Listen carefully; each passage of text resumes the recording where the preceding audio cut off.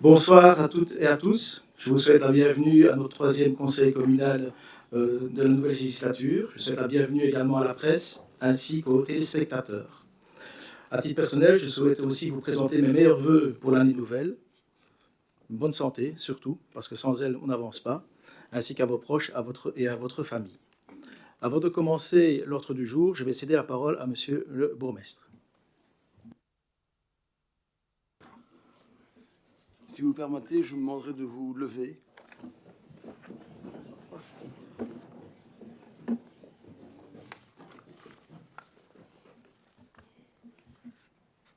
Aujourd'hui, nous commémorons les 80 ans de la libération du camp d'Auschwitz-Birkenau.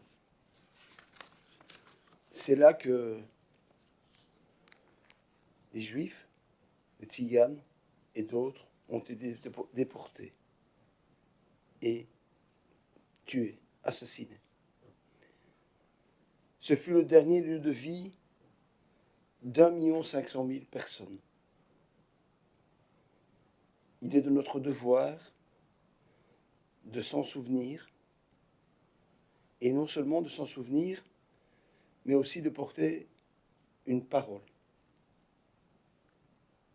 à l'attention de notre jeunesse, mais aussi des personnes plus âgées qui ont tendance à oublier ce qu'il s'est passé il y a 80 ans et plus.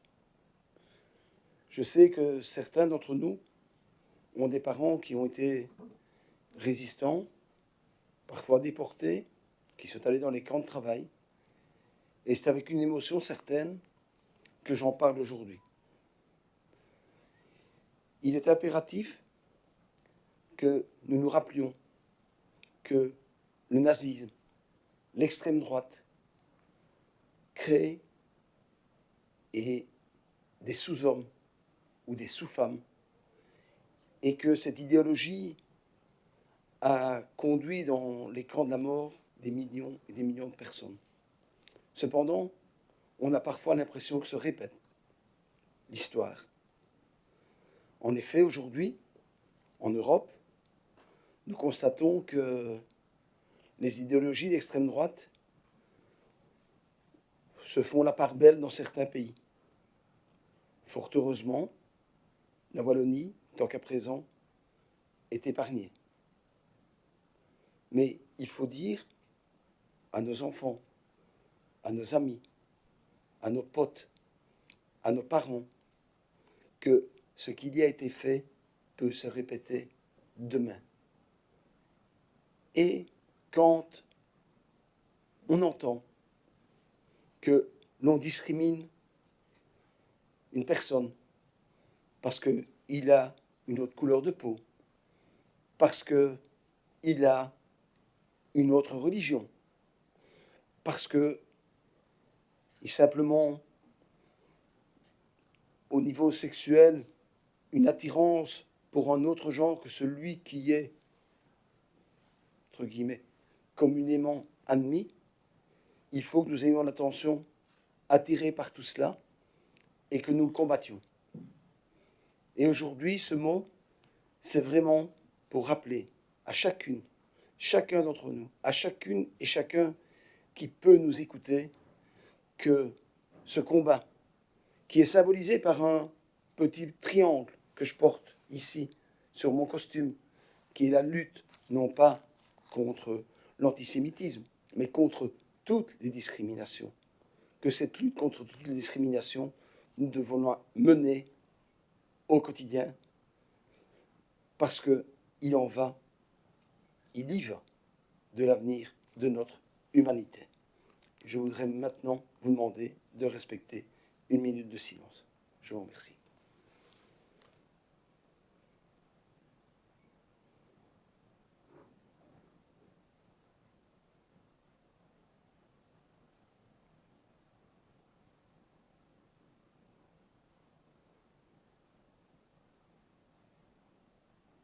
Je vous remercie.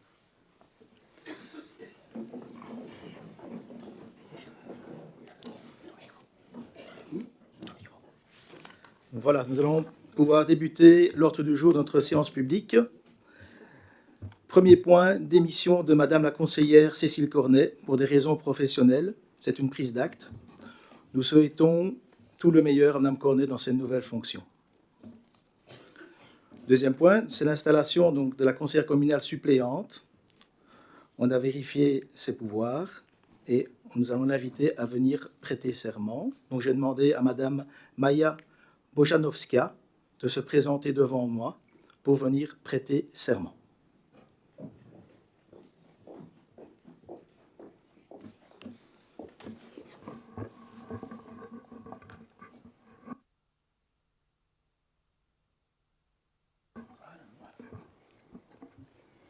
Je jure fidélité au roi, l'obéissance à la Constitution et aux lois du peuple belge. Toutes mes félicitations.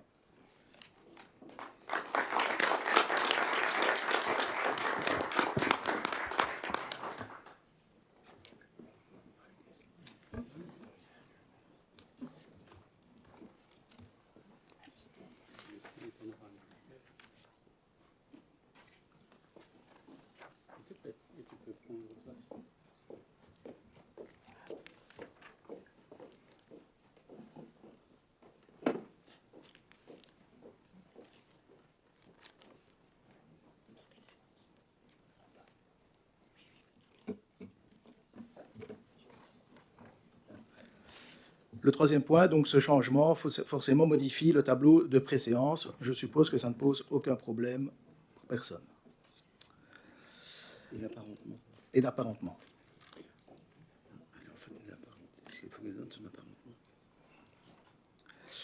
Deuxième point, aménagement du territoire. La commission consultative aménagement du territoire de mobilité, ce qu'on appelle la CCATM, c'est la décision de renouvellement. Je suppose que ça ne pose aucun problème. Je vous remercie.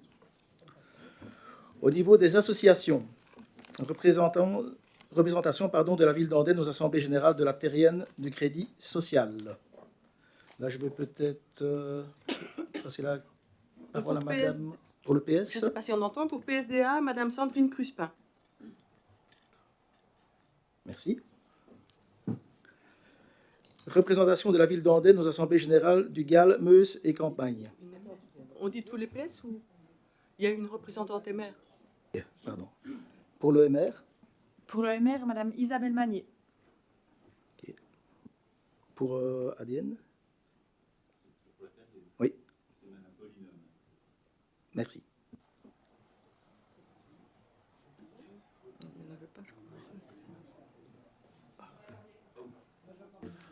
Pardonnez-moi.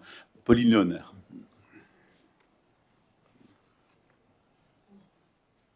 Deuxième point, c'est la représentation de la ville d'Andenne aux assemblées générales du Gall, Meuse et Campagne. Monsieur Yacine Bouchaouf pour PSDA. Pauline Léonard. Pauline Léonard. Pour les maires. Martin Van Kerkhove. Merci beaucoup. Troisième point, c'est la représentation de la ville d'Andenne aux assemblées générales, candidature au conseil d'administration de UVCW. Pour PSDA. Monsieur Benjamin Costantini. Pour le MR. Françoise Léonard. Il n'y a qu'une place? Ah, ok. C'est Benjamin. Quatrième point, les plus beaux villages de Wallonie, la représentation de la ville d'Andenne pour PSDA. Aux assemblées générales, Madame Christine Baudard. Madame Françoise Léonard. Conseil Et en suppléant, moi-même. Et le suppléant? Madame Léonard, c'est pour le conseil d'administration. Voilà, nous n'avons pas de suppléant. D'accord.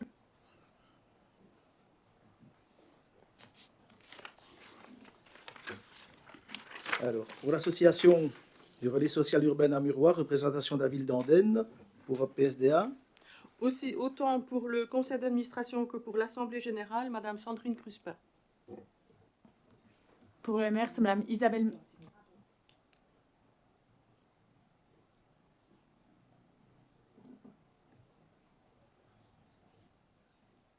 Alors, point suivant. CPAS d'Andenne, comité de concertation ville CPAS, c'est la réunion du 20 décembre 2024. C'est une communication du procès verbal. Je suppose que ça ne pose aucun souci. Merci beaucoup. Intercommunal. représentation de la ville d'Andenne aux assemblées générales d'Essétia. Pour le PS, Monsieur Claudie Gillot, Monsieur Yacine Boucharouf, Madame Hélène Avlange. et pour les maires. Pour le maire, Monsieur Martin Van Kerkhove. Et pour ADN, Emmanuel Gillet. Je vous remercie. Pour l'INASEP, représentation de la ville d'Andenne au comité de contrôle. PSDA. Monsieur Vincent Sampaoli. Madame Isabelle Magnier. Isabelle Wallet.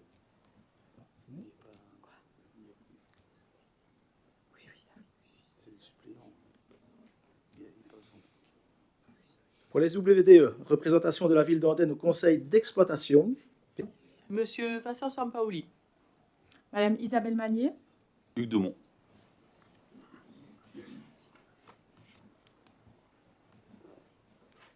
Quatrième point qui est mis en urgence, c'est la représentation de la ville d'Andenne aux assemblées générales de Crédialis. Je ne sais pas qui. Madame Serressia.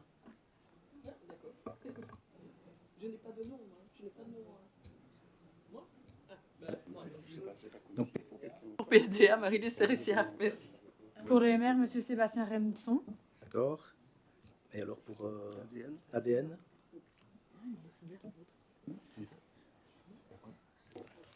Florence Halleux. Merci beaucoup. C'est un beau cadeau. Cinquième point, c'est aussi mis en urgence, c'est au BEP, environnement, représentation de la ville d'Andenne au comité d'avis. PSDA. Pour le maire, c'est Monsieur Martin Van Kerkhove. Martin. 9 personnes. Voilà pour les intercommunales. On va pouvoir passer maintenant au point 6, qui est le marché public. Marché public passé par délégation, c'est une simple communication. Je suppose que ça ne pose problème pour personne. Merci. Le point 2, c'est la transformation et aménagement intérieur et extérieur d'une crèche à Vezin. Procédure ouverte, passation. Une interpellation, oui. Je vous écoute, Madame Dieudonné. Alors, voilà, Isabelle, Madame Léchevin en charge de la petite enfance. En lecture de ce point, j'ai relu en fait le rapport du collège du conseil. Et en effet, je constate que la perspective du réaménagement intérieur-extérieur de la crèche de Vezin va se faire. Est-ce que l'objectif de ces travaux est toujours en vue d'une augmentation de l'accueil supplémentaire d'enfants? Si je ne m'abuse, on parlait de 11 au lieu de 8 actuellement. Est-ce que l'objectif est toujours prévu pour accueillir plus ou est-ce que ça se stabilise à 11? Est-ce que, comme c'est le plan Cigogne, est-ce que vous sauriez me dire si les travaux seront terminés pour 2025?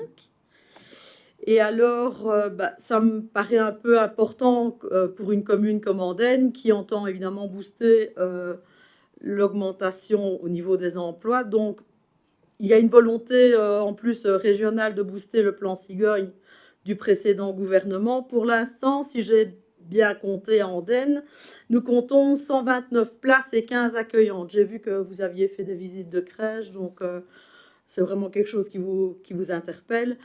J'en profite.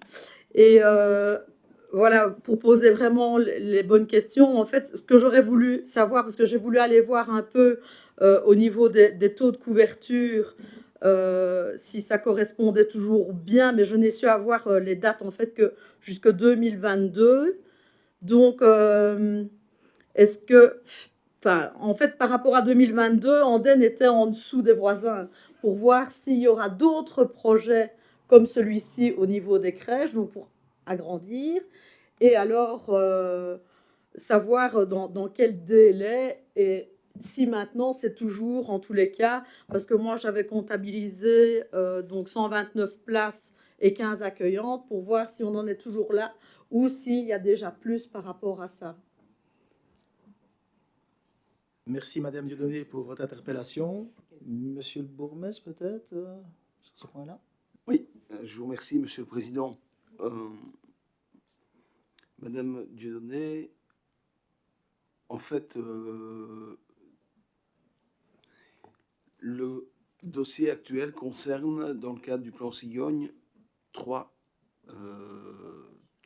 places d'accueil complémentaires. Donc, le coût de la place d'accueil, si on calcule les subsides et le taux d'intervention, est quand même à plus de 45 000 euros de subvention et à des travaux qui sont quand même conséquents.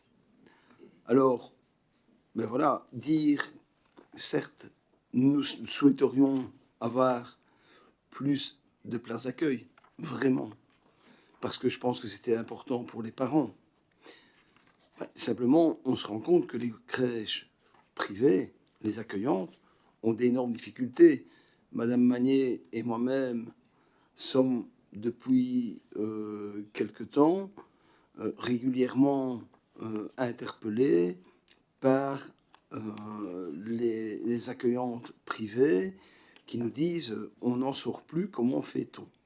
Donc ça, il faudra qu'on l'examine sur le plan budgétaire et en concertation, bien évidemment, avec le membre du collège en charge des finances, parce que c'est aussi important. Et la situation que nous vivons actuellement sur le plan financier ne nous permet pas de faire des promesses que nous ne saurons pas tenir. Alors, quant au programme futur et au nombre d'accueillantes, je vais laisser, ou de places disponibles, je vais laisser Madame Légine Magnier répondre. Mais c'est vrai qu'à brûle-pourpoint comme cela, il est quand même extrêmement compliqué de donner le nombre d'accueillantes, le nombre d'enfants accueillis et le turnover qu'il peut y avoir.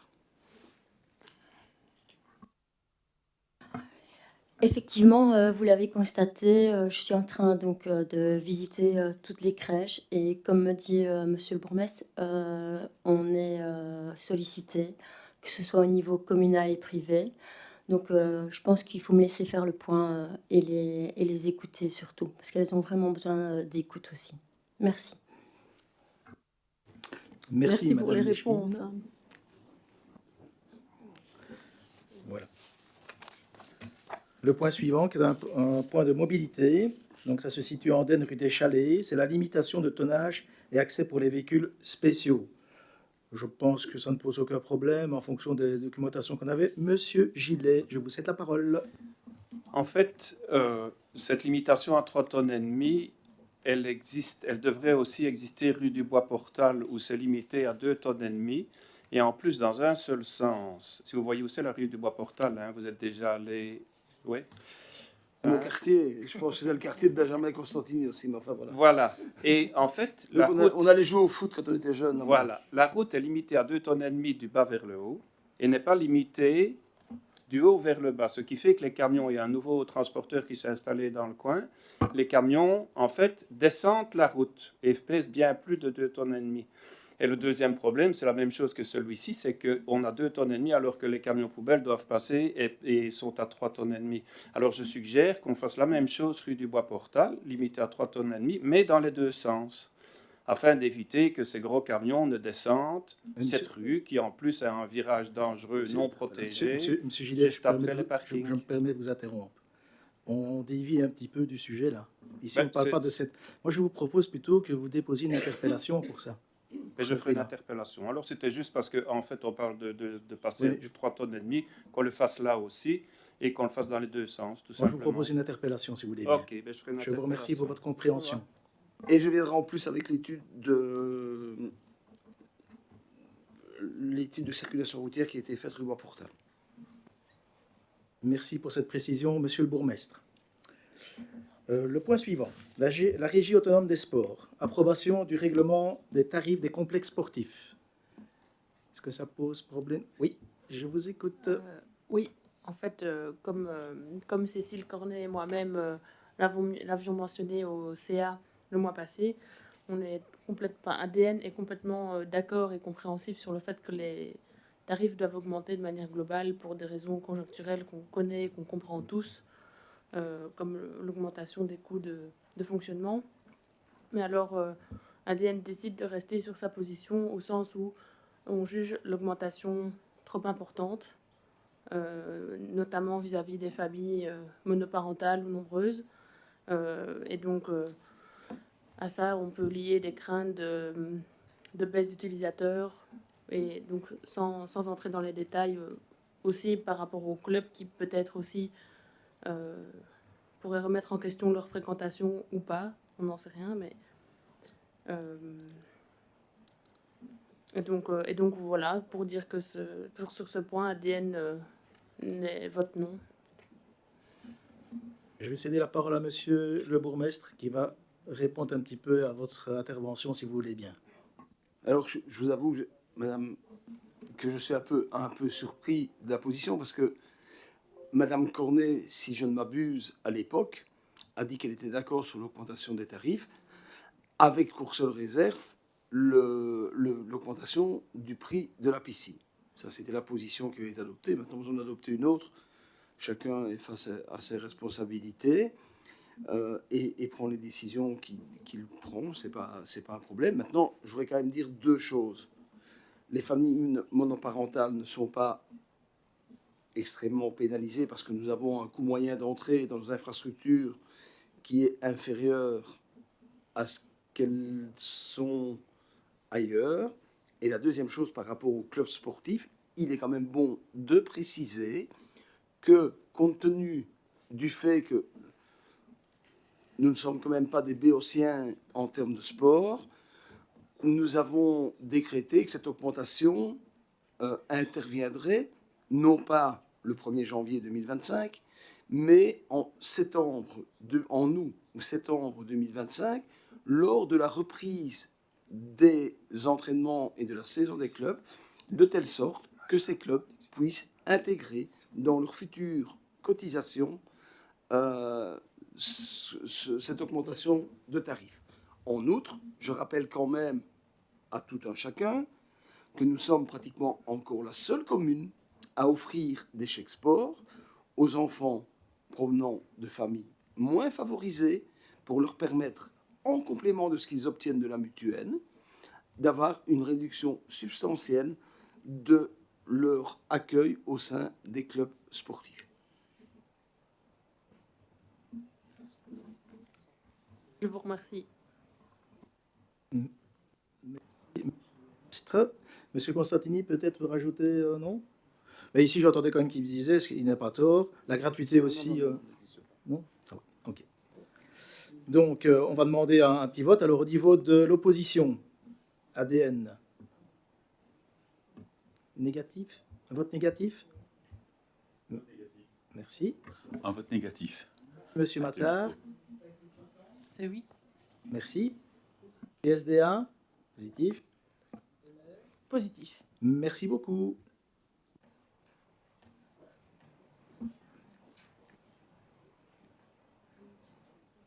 Alors, au niveau de la régie communale sportive andenaise, la modification des statuts. Est-ce que ça pose problème? Non. Monsieur Gillet, je peux vous demander de couper votre micro, s'il vous plaît. Merci beaucoup. C'est pas grave.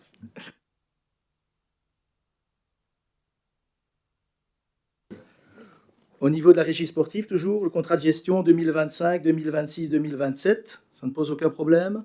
Merci beaucoup.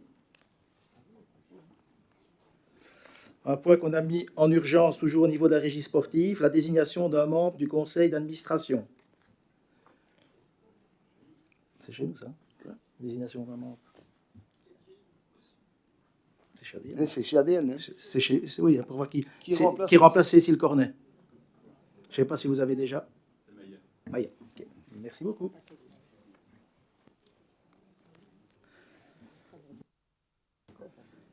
Voilà, on va passer au point suivant, les questions-interpellations. Avant de céder la parole aux interpellants, j'aimerais simplement rappeler en tant que président de séance de quelle manière se fait une interpellation. C'est-à-dire que c'est l'interpellant qui va exposer son sujet et poser les questions.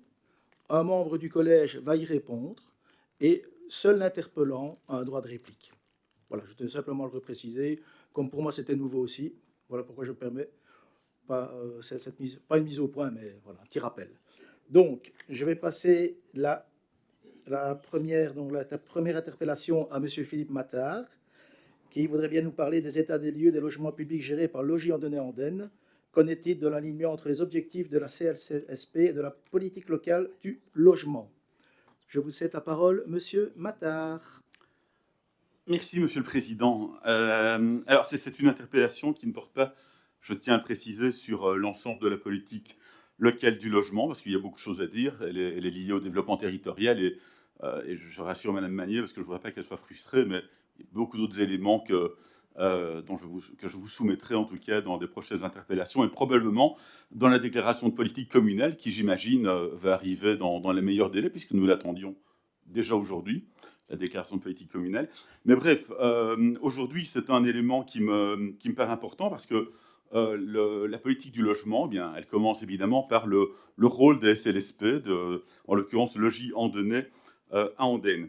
Alors, je tiens tout d'abord à dire que je n'ignore pas évidemment que la société, le Logis Andennais, a des administrateurs, que ces administrateurs sont représentatifs de l'ensemble des groupes politiques, et que bien évidemment, il y a un rapportage régulier. C'est une obligation. Les administrateurs doivent adresser au moins une fois par an un rapport sur l'état des activités de la société. Mais en dépit de cette autonomie cadrée, les sociétés de logement participent bel et bien à une politique publique communale qui répond aux enjeux croisés du logement et aussi de la cohésion sociale. Donc, c'est la raison pour laquelle les sociétés de logement sont chargées de l'assistance aux pouvoirs locaux dans la mise en œuvre de la politique locale du logement, et une concertation annuelle doit du reste être obligatoirement organisée. C'est ce dont dispose le Code wallon du logement et de l'habitat durable.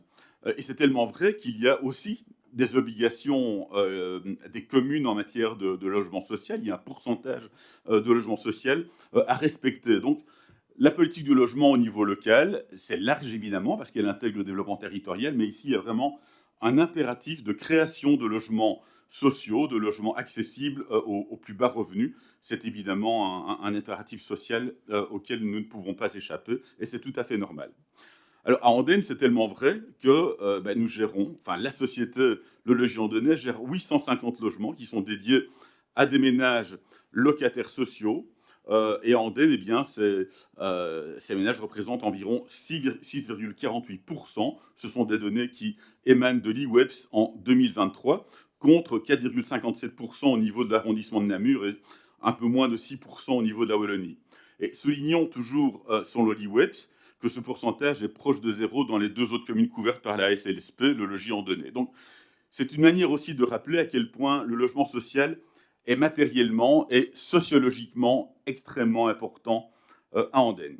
Et bon, nous avons toutes les raisons de croire que le Logis Andennais travaille bien, ça je tiens à le dire, parce que, bon, voilà, petite incise, j'y étais administrateur et j'ai pu apprécier évidemment à quel point le Logis Andennais a bien redressé la barre à la suite des tourments que l'ensemble du secteur a traversé voici bientôt 20 ans à l'échelle de la Wallonie.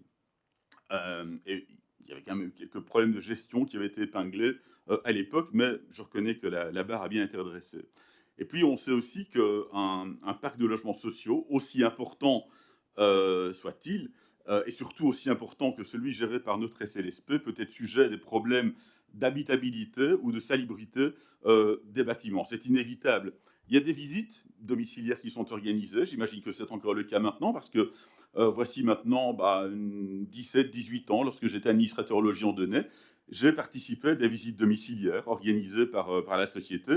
Et j'avoue que bon, j'avais été très interpellé, parce que autant le logement est fort heureusement souvent de qualité, autant il y a vraiment des problèmes souvent malheureusement, trop souvent, d'insalubrité. En tout cas, à l'époque, c'était le cas. Je ne sais pas comment les choses se passent maintenant, mais certains logements sociaux, en tout cas, n'étaient pas dignes d'être occupés, en tout cas, par des ménages en difficulté sociale et qui, en plus, devaient supporter des problèmes d'insalubrité.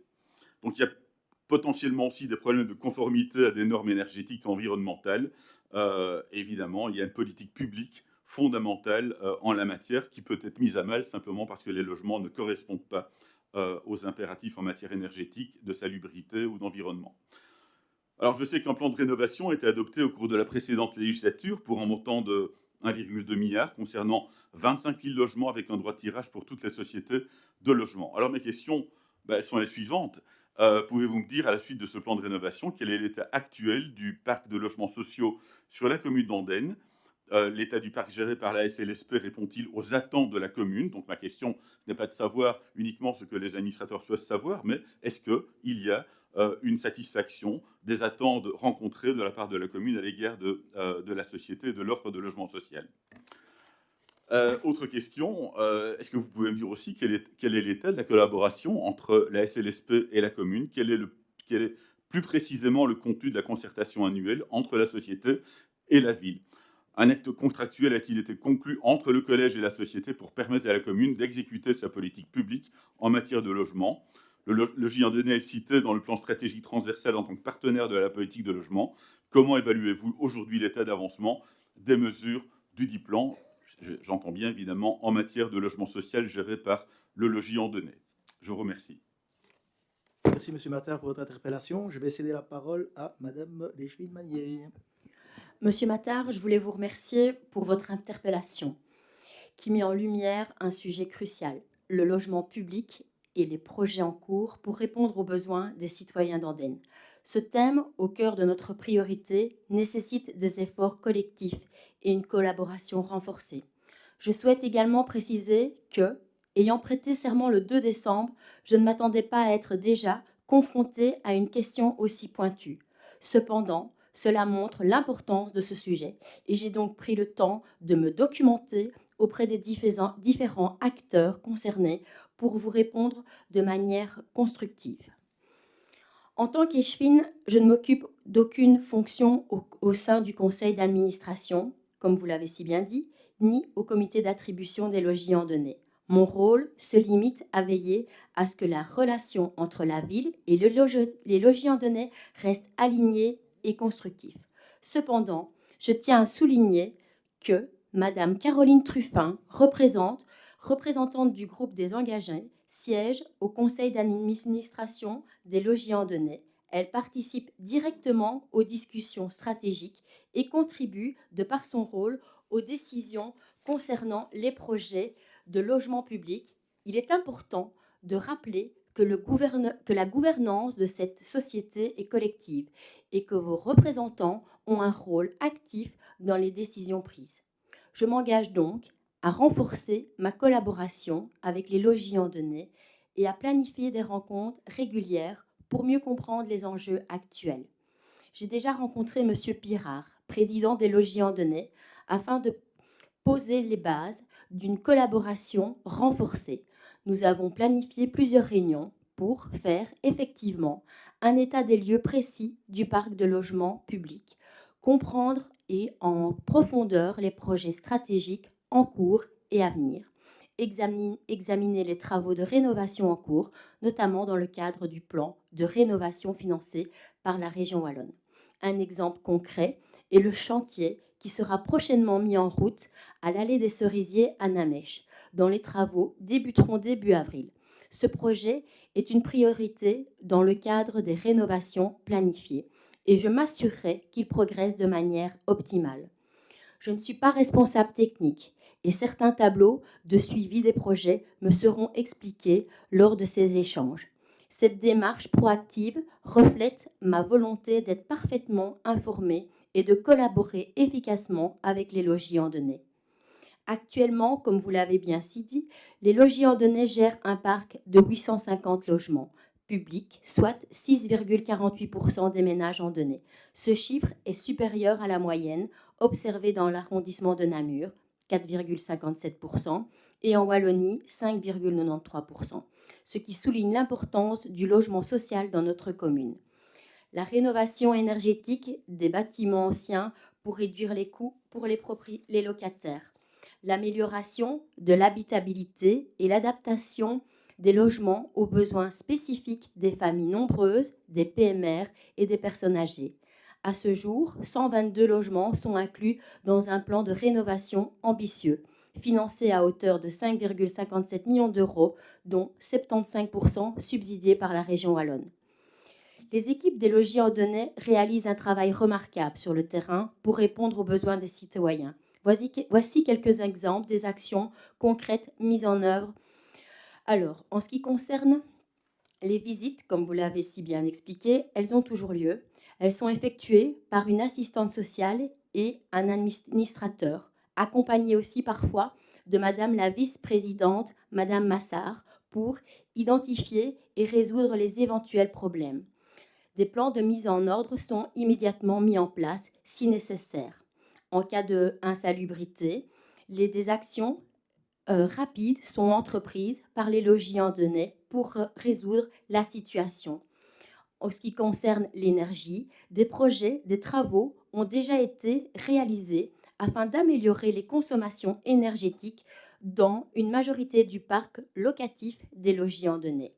Grâce au plan de rénovation 2020-2025, des nouveaux travaux importants sont réalisés pour améliorer l'efficacité énergétique des autres logements. En conclusion, je tiens à saluer le travail remarquable réalisé par les logis andonnais et ses équipes, notamment les assistantes sociales et toutes les personnes sur le terrain qui œuvrent quotidiennement pour accueillir et accompagner au mieux les demandes des citoyens. Notre engagement en tant que ville est de renforcer cette collaboration et de soutenir les actions déjà mises en place tout en poursuivant les projets stratégiques comme le chantier de l'allée des cerisiers à Namèche. Nous travaillons ensemble pour améliorer la qualité de vie des citoyens andonnais et répondre, dans la mesure du possible, aux besoins en matière de logement public. Si les défis restent nombreux, je suis convaincue qu'avec ce travail collectif, nous continuerons à avancer pour apporter des solutions concrètes et adaptées tout en maintenant le logement public au cœur de nos priorités. Merci. Madame Magnier, Monsieur Mattard, droit de réplique. Merci, Monsieur le Président. Alors, Madame Leschwin, tout d'abord, j'ai toujours considéré que le travail et la transparence devaient être salués, donc je vous remercie vraiment pour le caractère complet de votre réponse. Et je le dis vraiment sincèrement, c'est une réponse très complète qui prouve, contrairement à ce que vous avez dit trop modestement, que vous avez déjà essayé de vous investir dans la matière et de l'approfondir, et c'est très très bien. Alors, vous avez cité l'administratrice sous couleur engagée au sein du conseil d'administration, Madame Truffin. J'attire votre attention sur le fait que j'ai d'emblée souligné que nous étions bien conscients qu'il y avait des administrateurs, qu'il y a une gouvernance interne au logis andonnais, mais néanmoins, ce que je souhaitais approfondir avec vous, et je reconnais que vous vous y êtes bien prêté, c'était les interactions entre la ville et le logis andonnais. Il y a du reste, parce que lorsque vous dites, bon, il y a une gouvernance interne, c'est vrai, mais il y a aussi des connexions. Et ces connexions, du reste, vous les reconnaissez, puisque vous avez parlé de vos rencontres avec le président, vous avez parlé des projections en matière de travaux à réaliser, d'amélioration de la salubrité, d'amélioration de l'efficacité énergétique. Je pense que tout ça est important, parce que le travail réalisé par le logis andonnais, c'est quand même un pan essentiel, fondamental même, de la politique du logement à Andenne. Il y a encore beaucoup d'autres aspects, mais ça, on aura l'occasion d'y revenir plus tard. Donc voilà, je pense qu'il est vraiment important de ne pas trop vite se réfugier derrière, si permettez-moi de le dire comme ça, derrière la gouvernance interne de la société. Je pense qu'il faut être proactif, mais je ne doute pas que vous allez l'être, pour faire en sorte qu'il y ait vraiment des liens entre la société de logement et la ville, parce que l'enjeu est à la fois de créer des nouveaux logements, on est à 850. Je pense que le taux de logement en Andenne, même s'il n'est peut-être pas encore tout à fait à 8%, je ne sais pas de quel ordre est le pourcentage, mais néanmoins, bon voilà, il est quand même question non seulement d'améliorer encore ce taux, mais surtout d'avoir un parc de logements qui soit conforme aux attentes des citoyens. Vous avez dit que les visites domiciliaires avaient toujours lieu. Et comme je vous l'ai dit, j'y ai participé aussi en son temps. Bien voilà, moi je pense que, quelle que soit notre sensibilité, je pense qu'il est toujours extrêmement pénible, difficile de voir des personnes en difficulté sociale et qui, en outre, doivent vivre parfois dans des conditions de logement difficiles et qui ne sont pas dignes d'un être humain. Donc ça, je pense que c'est vraiment une chose sur laquelle nous devons tous nous rencontrer, et moi, en tout cas, c'est à titre personnel, mais également au nom de tout le groupe ADN, une chose à laquelle nous sommes vraiment sensibles. Et donc, on veillera évidemment, on reviendra vers vous régulièrement pour voir de quelle manière évolue le pilotage, le monitoring du parc de logements sociaux à Andenne. Mais encore une fois, je vous remercie pour ce premier exercice de votre part de réponse à une interpellation. Merci, Monsieur Mattard, et réjouissant d'entendre ces belles paroles de part et d'autre. Pourvu que ça dure, j'ai envie de dire, c'est très convivial, très constructif pour tout le monde. Si je C'est peux me Noël permettre. après l'heure. L'interpellation suivante, toujours de Monsieur Philippe Mattard, concernant l'effondrement de la rue Velaine à Landenne. Un incident qui relève du SPOE, que vous dites, mais qui soulève une responsabilité de la commune en termes de prévention et de suivi. Je vous cède bien sûr la parole. Merci, Monsieur le Président. Alors, ici, il est toujours question de Noël, mais c'était avant Noël. Et avant Noël, que s'est-il passé? Eh bien, un effondrement s'est produit en bordure de la rue de Velaine, la RN 921, à Landenne, à hauteur du numéro 118. Cet incident serait lié à des circulations d'eau souterraine, bien que la cause exacte reste à confirmer. Alors ici, c'est un plagiat, puisqu'en fait, je ne fais que citer les mots du communiqué paru sur le site et sur la page Facebook de la ville, juste après les événements. Alors, tout a commencé, semble-t-il, avec un poids lourd stationné en bordure de voirie, provoquant un affaissement du trottoir, lequel s'est ensuite effondré suite au stationnement d'une voiture au même endroit. On pourrait considérer qu'il ne s'agit que d'un incident de voirie et d'un désagrément temporaire pour les habitants et les automobilistes, d'autant qu'il s'agit d'une voirie régionale et que le SPOE a pris les mesures temporaires nécessaires avant que la réparation ne soit planifiée. Alors, ce serait évidemment négliger le fait qu'il s'agit d'une source d'inquiétude pour les riverains directs, mais aussi pour l'ensemble des habitants du hameau de Velaine, comme ça pourrait être le cas évidemment dans d'autres parties de notre commune. Et le collège a beau remercier les riverains et usagers pour leur patience et leur vigilance face à cette situation exceptionnelle. Le feu rouge est toujours bien présent, donc j'imagine qu'on travaille toujours sur place. Il n'est toutefois pas certain, à ce stade, que la cause profonde de cet incident disparaîtra avec la réparation des dégâts. Les circulations d'eau souterraine, même déviées ou canalisées, ont toujours une origine. Alors, qu'est-ce que vous pouvez nous dire à ce stade sur le suivi du sinistre et sur sa cause précise? Est-elle identifiée? Où en sont les travaux et en quoi consiste-t-il? Où ont-ils consisté? S'agissant d'un effondrement en bordure de voirie et donc sur le domaine public, la cellule Avis et Conseil Effondrement, la CACEF, est-elle intervenue? Normalement, c'est dans ses missions. Par ailleurs, si l'on s'en tient aux déclarations de la ville, dès lors qu'il s'agit de dommages causés par des circulations d'eau souterraine, avec de surcroît une influence sur la sécurité publique, on peut aussi faire intervenir la cellule GISER, souvent à l'initiative de la cellule précitée, donc la CACEF. Est-ce qu'elle a également été saisie pour analyse et avis, ou pourrait-elle l'être prochainement?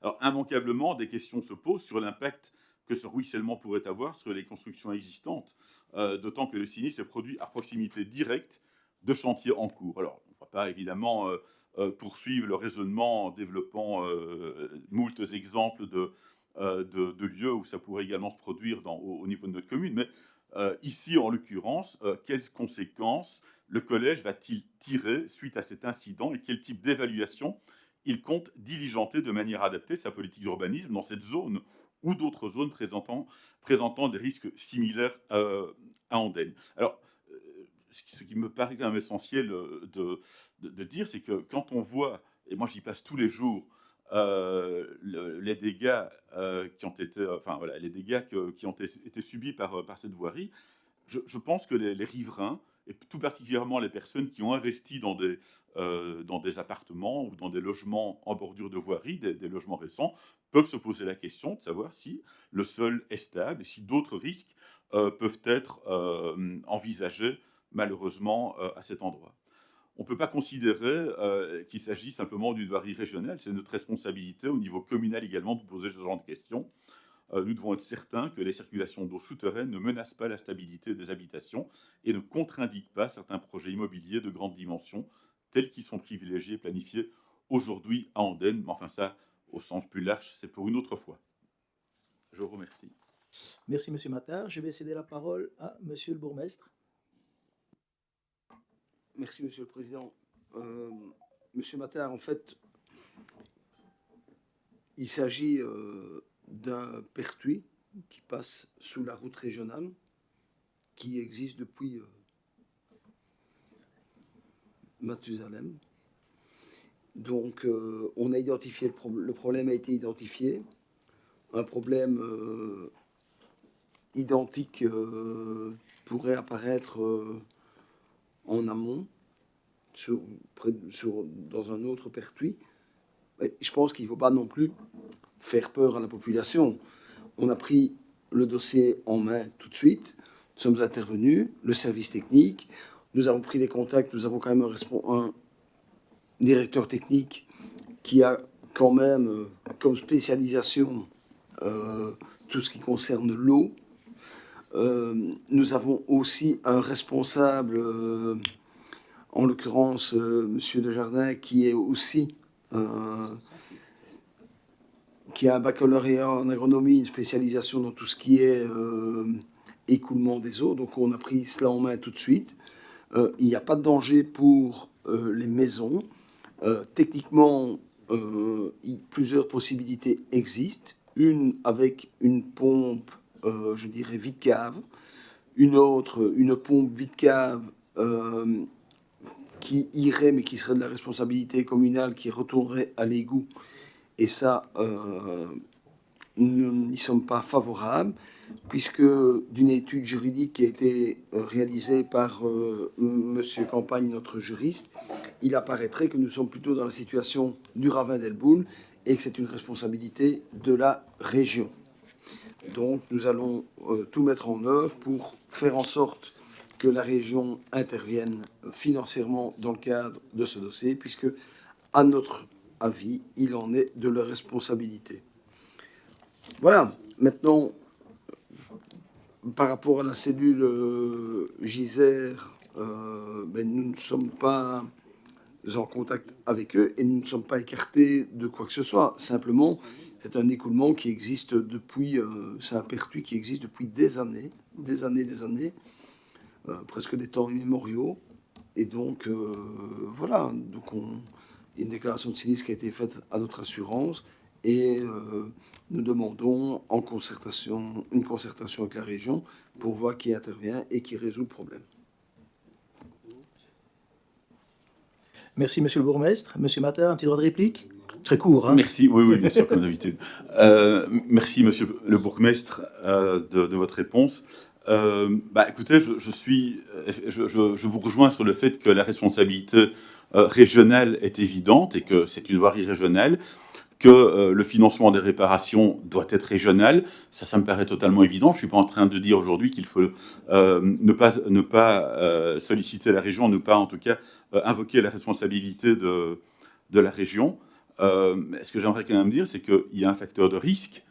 Et j'espère quand même que nous ne l'ignorons pas, et que vous n'ignorez pas, en tout cas au niveau du collège, que ce facteur de risque, dès lors qu'il est connu, pose quand même une responsabilité de notre part par rapport à l'ensemble des choix urbanistiques qui pourraient être faits à proximité de cet incident. Qu'on le veuille ou non, je ne pense pas que ce que je dis ici n'a pas de sens. Vous avez cité Mathusalem, c'est bien, mais je pense que Mathusalem a certainement connu des tremblements de terre qui ne se sont produits que 1000 ans plus tard. Donc le facteur de risque, et on le sait à d'autres niveaux, le facteur de risque, il reste, même si ce n'est qu'un risque, même si l'incident ne se produit pas pendant des années, ça ne signifie pas qu'il ne peut pas se produire. Et moi, encore une fois, je vous avoue qu'à titre personnel, je ne serais pas rassuré d'être riverain ou d'avoir investi dans un bien immobilier à proximité de l'incident. C'est un pertuis, c'est bien beau, mais ce pertuis a beau être immémorial, comme vous l'avez dit aussi, ou relevé de temps immémoriaux, je suis désolé, mais c'est un pertuis qui vient de provoquer des dégâts à une voirie et qui aurait peut-être pu provoquer d'autres dégâts. Donc moi, permettez-moi à la fois de vous donner raison sur la responsabilité de la région, mais également d'attendre un peu plus en termes d'information, en termes de suivi, et j'espère en tout cas que nous pourrons d'une manière ou d'une autre être rassurés. Est-ce qu'il est possible, en tout cas, que la commune sollicite un rapport, sinon de ses propres services, puisque vous avez évoqué un de vos collaborateurs qui est manifestement qualifié pour gérer ou en tout cas avoir une vision de l'avenir de cet incident, mais aussi de la cellule de la CACEF et de la cellule Giser, qui sollicitées ensemble, elles peuvent être sollicitées par les communes, pourraient nous donner un avis un peu plus rassurant pour les riverains. Je ne pense pas être exagéré ou donner l'impression de vouloir effrayer les riverains en demandant ce genre de prestations. Je pense que c'est aussi une manière de les rassurer. Merci, Monsieur Mattard. Juste 30 secondes, et c'est purement technique. Hein.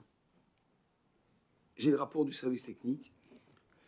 De façon synthétique, les causes de l'effondrement ont été identifiées et sont tout à fait anodines. Tassement lié à la dégradation d'un vieux pertuis oublié en profondeur qui a causé le dépoitement d'un tronçon d'égout et l'accélération du phénomène de tassement. La solution technique et juridique à mettre en place pour résoudre complètement le problème doit encore être trouvée avec le SPV. Mais donc il n'y a pas de danger.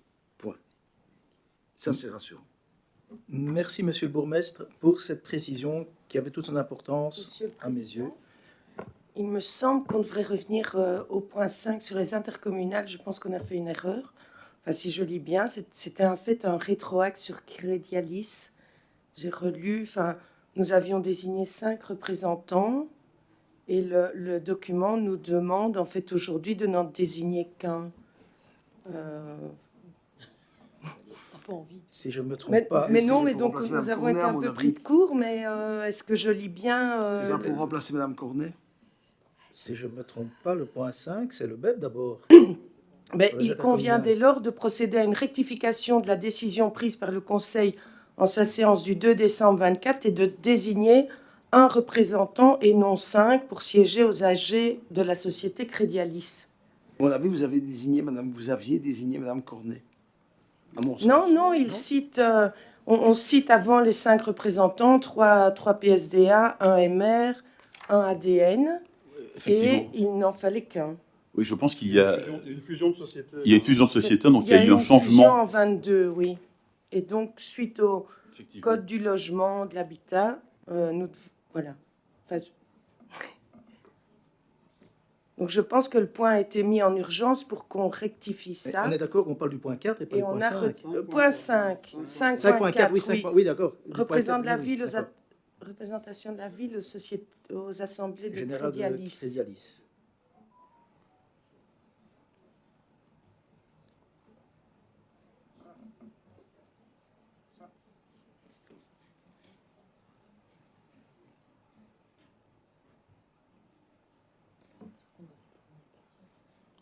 Parce qu'il y en avait une qui avait été désignée, mais finalement, il n'en fallait plus qu'un. Alors, le directeur général me dit Il y avait Manu, qu'on va garder la décision qui a été prise et si elle est mauvaise, on reviendra avec ce point-là la fois prochaine. Ça va? Pas de souci. Merci de votre compréhension. On va pouvoir aborder le huis clos. Donc, je tenais à remercier le public, les téléspectateurs, la presse pour votre présence. Je peux déjà vous dire que le prochain conseil communal aura lieu le 17 février et vous êtes bien sûr les bienvenus. Encore merci à vous.